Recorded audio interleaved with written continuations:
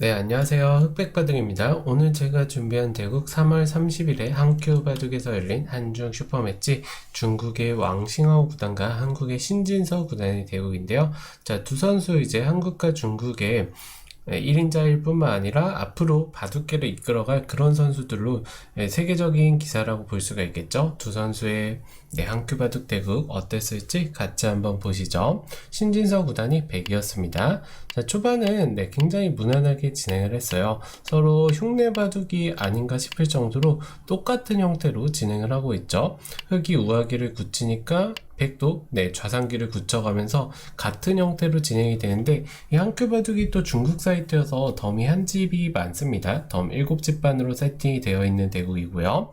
자, 좌변 쪽을 들어가니까 신진서 구단 하나 붙여두고 이제 우변 쪽을 들어가야죠. 왜냐하면 흑이 좌변 쪽을 침투했기 때문에 만약에 이런 자리를 다가오는 수도 생각을 할 수 있지만, 흑이 하나 붙여두고 흑도 모양을 키워간다면 먼저 좀 들어온 쪽이 득이라고 볼 수가 있겠죠. 그래서 신진서 구단도 우변 쪽을 바로 들어가는 수를 선택을 했고요. 자, 여기서부터 이제 모양이 조금씩 달라지는데요. 자, 흑은 일단 다가와야죠. 물론 흑이 벌려가는 것도 좋지만 백도 마찬가지로 같은 형태로 벌려가게 된다면, 계속해서 비슷한 모양이 반복이 된다면 아무래도 흑 입장에서는 덤을 부담하기가 쉽지 않습니다. 바둑에서.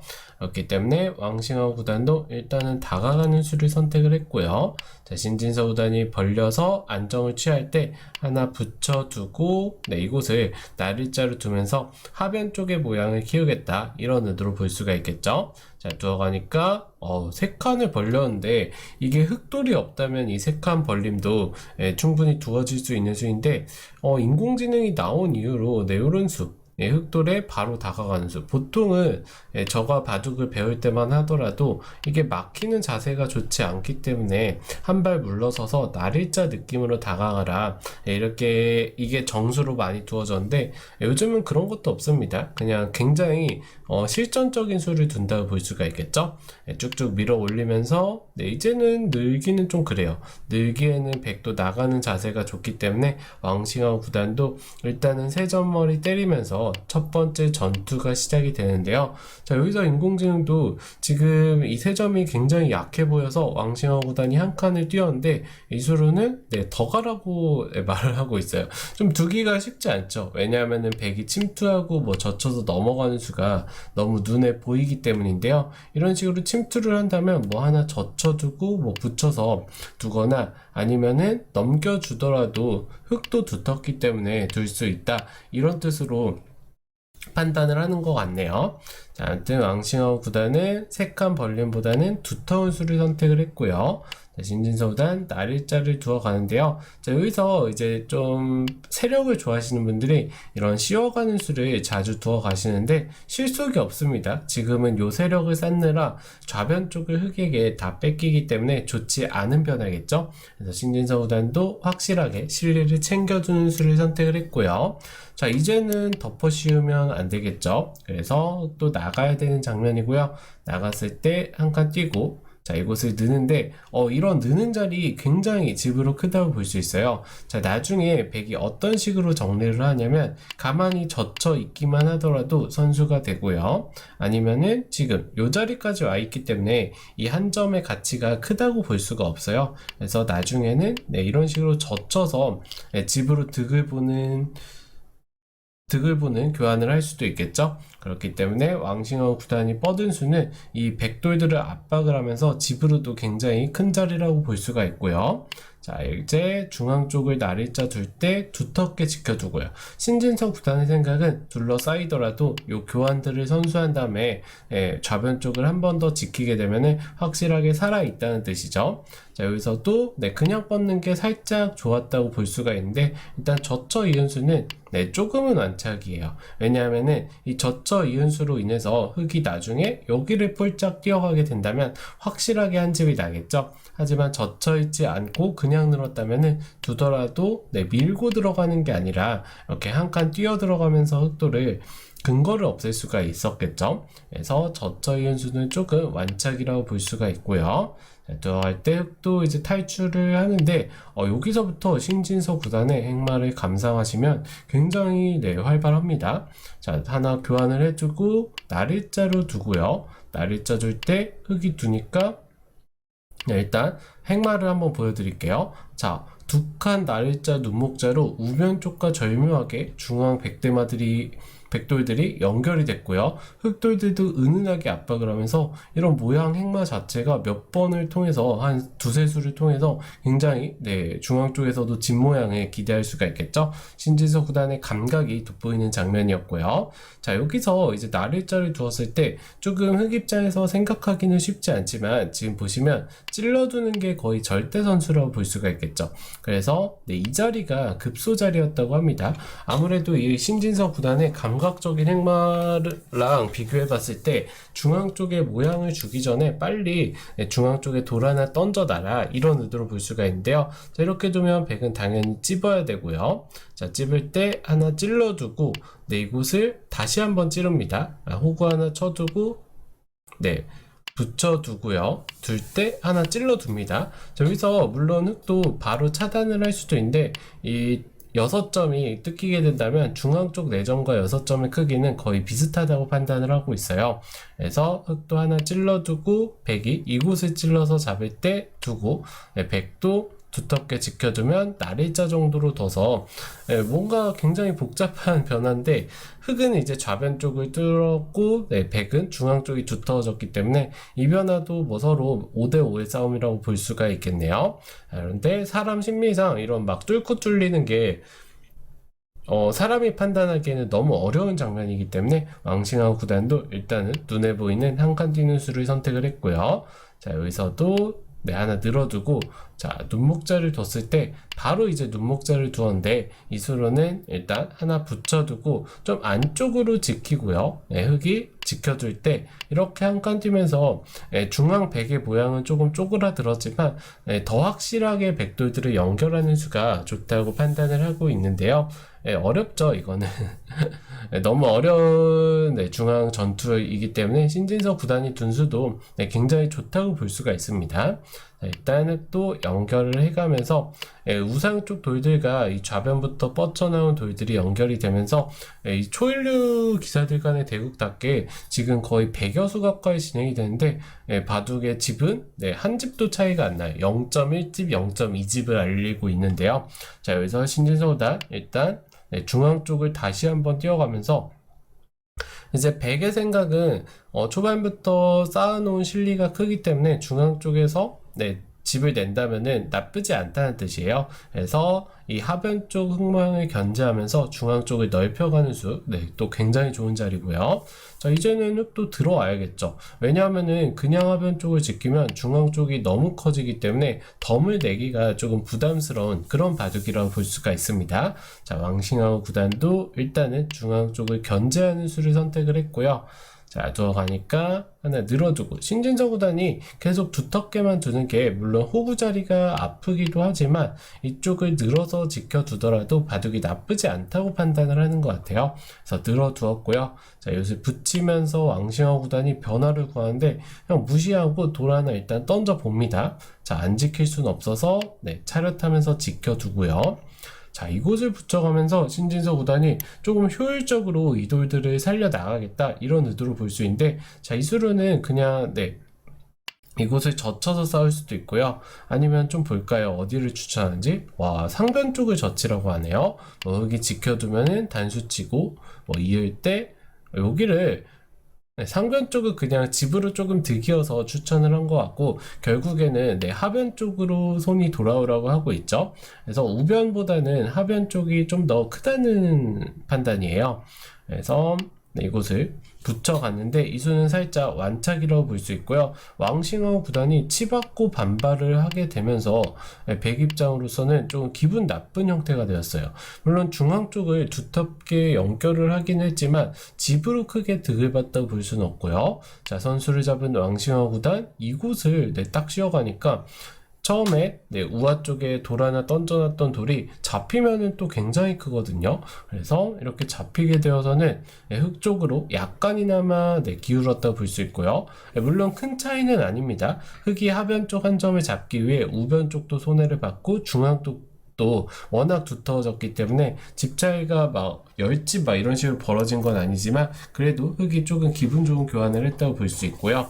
자, 여기서 이제 젖혀가는데 있게 된다면 넘어가는 게 아니라 이곳을 찔러 들어가면서 두 점을 버리고 여기를 딱 붙여가면은 이 두 점을 버린 대신에 하변 쪽 돌이 살아갈 수가 있겠죠. 이런 식으로. 그렇기 때문에 이거는 흙이 둘 수가 없어요. 그래서 왕싱어 구단도 두 점을 버리고 그냥 이제 끝내기를 시작을 하는데요. 자, 붙이 받고 살아두기 전에 좋은 교환이죠. 교환을 해두고 붙이면서 살아두니까 일단 하변 쪽을 한 번 더 지키는데 이수가 살짝 완착이었습니다. 이수로는 중앙 쪽을 젖히거나 아니면 이곳을 늘어두는 교환을 하고 다른 자리 끝내기를 하는 게 조금 더 컸다고 볼 수가 있어요. 근데 일단 조금 불안한 불안한 곳이죠. 안 지키면은 백이 뭐 이런 식으로 들어올 수도 있고 이런 식으로 과감하게 들어올 수도 있는 장면이어서 일단은 지켜두었는데요. 이수가 살짝 완착이라고 합니다. 자, 이제 두텁게 잡아두고 한 번 더 지키고 있죠. 지켜두니까 계속해서 이제 추천한 수였어요. 젖히는 자리가 굉장히 크다고 판단을 하고 있네요. 자, 들여다보고 백도 넘어가면서 어쨌든 상별 쪽의 실리를 조금 벌기는 했지만 계속해서 흙이 약간이나마 좋은 형세라고 볼 수가 있고요. 자, 이렇게 쭉쭉쭉쭉 진행이 되는데요. 자, 좀 빠르게 좀 넘어가 볼게요. 거의 외길 수순이라고 볼 수 있기 때문에 자, 지켜두니까 밀고 때리고요. 자, 이것을 막아두고 붙이고 막을 때 이제 그냥 일반적인 끝내기 수순인데 지금까지 보시면 흑백 간의 최고로 차이가 벌어졌을 때가 2.5예요. 근데 지금은 흑이 일단은 한 집 반 정도 유리하다고 알려주고 있는데 아직은 끝내기가 많이 남아있기 때문에 한 집 반 아니면 반집 승부가 될 가능성이 높은 대국이라고 볼 수가 있고요. 자, 그래서 이제 붙여가면서 왕싱어 구단도 정확한 판단이 되지는 않았던 것 같아요. 이제 마지막쯤에 끝내기를 쭉쭉 진행을 하다가 왕싱어 구단에 좀 판단 미스가 나오게 되는데요. 자, 여기 두 점을 살리는 굉장히 큰 자리죠. 자, 하나 젖혀두고 여기까지 교환을 해두고 빠르게 넘어가 볼게요. 자, 이제 이 바둑의 좀 하이라이트라고 볼 수가 있는데 초중반에 어쨌든 전투가 일어나면서 굉장히 치열한 바둑이 계속되었지만 왕싱어 구단이 그냥 이 돌을 따내고 끝내기를 하면은 진다는 거예요. 그렇다고 젖혀 있고 이렇게 끝내기를 하더라도 백이 한 집 반에서 반집 정도는 유리한 상황이라고 하네요. 그래서 왕싱어 구단이 결국에는 여기를 끊어가면서 하나 젖혀두고 끊어가면서 수를 결행을 하는데요. 자, 때렸을 때 하나 젖혀두고요. 이을 때 밀게 되면서 이 우상기에서 마지막쯤에 갑자기 천지대패가 일어나는데 왕싱어 구단이 일단 수를 낸 거 자체는 나쁘지 않다고 볼 수는 있어요. 자, 밀어가고 둘 때 늘고요. 자, 신진서 구단이 팩감을 묘한 자리에 쓰는데요. 자, 그냥 받아주면은 이게 나중에 끝내기 관계도 있고 팩감 관계도 있어서 백이 물론 지는 바둑은 아니지만 굉장히 5대5의 바둑을 바둑 끝날 때까지 두어야 되는 상황이에요. 그래서 신진서 구단도 칼을 빼들고 일단은 이곳을 찔러간 건데 이곳을 찔러간 게 졌다면은 살짝 실수가 될 뻔했습니다. 물론 패차까지는 아니지만 때려내고요. 자, 팩감 하나 쓰고 자, 여기서 받아주고요. 때릴 때 왕싱어 구단이 이걸 이은 게 마지막 패착이 돼버렸어요. 자, 이수로는 차라리 요것을 딱 폴짝 뛰고요. 자, 백이 이제 우상 쪽을 해소해야겠죠. 그 다음에 밀어두고 이렇게 살고, 자, 물론 좌변 쪽을 뜯기는 게 굉장히 크기는 하지만 이 좌상 쪽에 백의 집을 다 깨고 흙이 6집 가량을 내고 살 수가 있었고요. 물론 우상 쪽에서의 손해도 크지만 결국에 이렇게 선수를 잡고 흙이 다음 큰 끝내기를 두었다면 흑이 반집을 남기는 개가라고 하는데, 여전히 끝내기가 조금은 남아있기 때문에 반집이 확실하게 흑 쪽으로 이길 수 있는지는 모르겠습니다. 하지만 이렇게 두었다면 이제 두 선수가 거의 초반 첫 수부터 마지막까지 반집 승부를 하는 그런 굉장한 명국을 둘 뻔했는데, 왕싱하오 구단이 여기를 이은 게 마지막 패착이 돼버렸네요. 좌변 쪽을 이었을 때 백이 딱 집어서 지키니까, 흑은 한 번 둬서는 좌상 쪽을 살 수는 없거든요. 그렇다고 여기를 이제 때리자니 덩치가 커졌기 때문에 이거는 흑이 이길 수가 없겠죠. 이거는 백이 한 5집 정도 유리하다고 하네요. 그래서 왕싱어 구단도 후수로 받아줄 수밖에 없고, 딱 패를 해소하게 돼서는 지금 이 젖혀 이을 수 있는 자리가 집으로 한 4-5집가량 손해를 봤고요. 그리고 여기도 찝히고 찝히면서 백의 집이 늘어나 버렸죠. 자, 이렇게 돼서는 확실하게 신진서 구단이 승기를 잡았다고 볼 수 있고요. 자, 여기서 이제 마지막으로 패싸움이 진행이 되기는 하는데 패감이 없습니다. 여기 마땅한 패감이 없어요.